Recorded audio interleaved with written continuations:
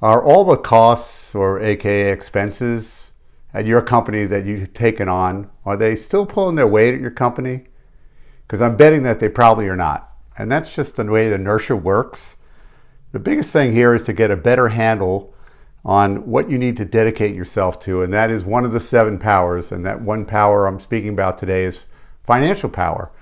And that basically means the following. You have the ability to generate your correct selling price, and you're able to break it up to understand what each individual at your company needs to bring you to accomplish and how they affect the financial success at your company.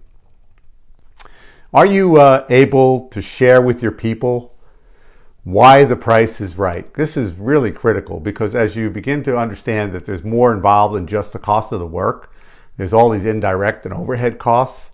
You need to make sure that they understand where these costs come from, because it affects the end-all be-all selling price.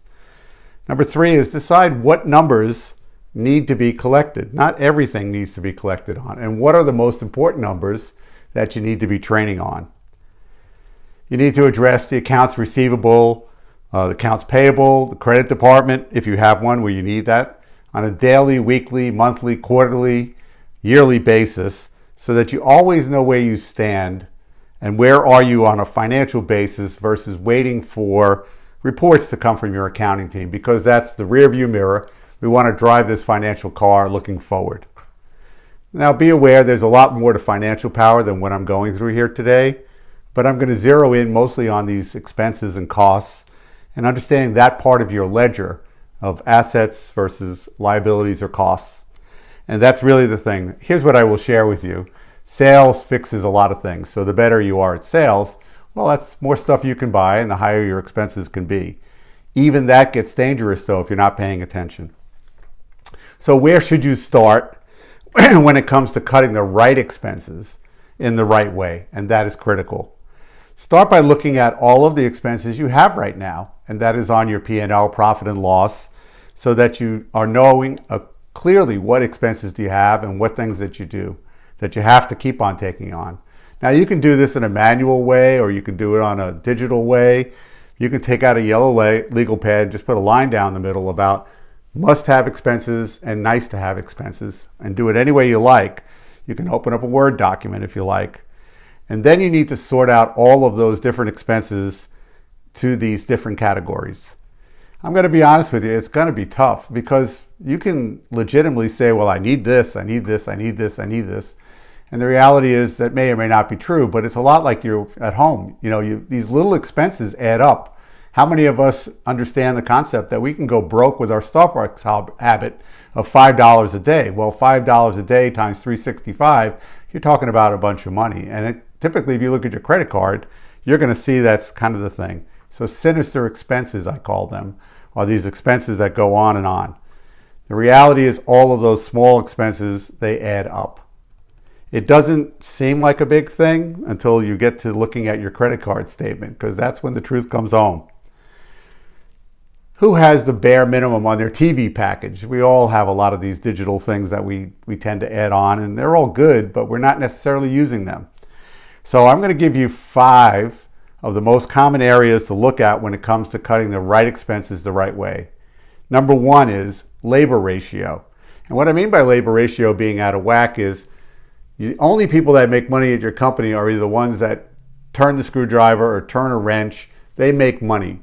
And everybody who does it, including you, the owner, if you're not in the truck, you are an expense. And so we need to watch that staffing ratio. And so that's really what I speak about, staffing ratio. The goal is to get twice as many people out there, trucks running every day, and for every person that's not. 2 to 1 is a highly efficient ratio. That just means if you had 20 trucks, you could afford to have 10 people who don't turn the wrenches. Even at 1.5 to 1, which means there are 15 trucks out there and there are 10 who don't turn the wrenches, that still can be profitable. But a lot of companies get into big problems on their labor ratio when you're starting to go beneath that 1 to 1. Examine where the work is unnecessarily redundant. People are passing stuff around the office. Now that happens, by the way, in digital too, where too many people are checking the same things and we need all of this office help. Let technology be your friend. But here's at the end, after you've done all of that, you may need to let some people go on the inside to get yourself right-sized again. A better long-term goal, though, is to grow more people, to grow more calls, to grow more people out there making money for yourself. And that means growing that number on the top side so that we stay busy. Number 2 is truck maintenance costs are getting out of hand at your company. We can drive these trucks to the point where the expenses and their longevity begin to call what I claim is a hockey stick. The expenses get more and more. The biggest thing to think about is that your trucks are rolling cash registers. And every minute and every day that they're out of business or commission, you're losing money. So we have to watch and track that. If these trucks get that old and the cost begins to get too much, we need to look into replacing them. And a really great option is leasing them. And that's something that I recommend to all these things. The best thing is to track what you're doing so you know what that is and be clear about how these trucks are aging. That handled by a truck-by-truck assessment.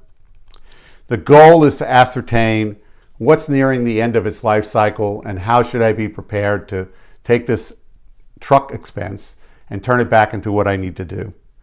Okay, look for part 2 where I'm going to share more of this, of the key ways to cut the right expenses the right way.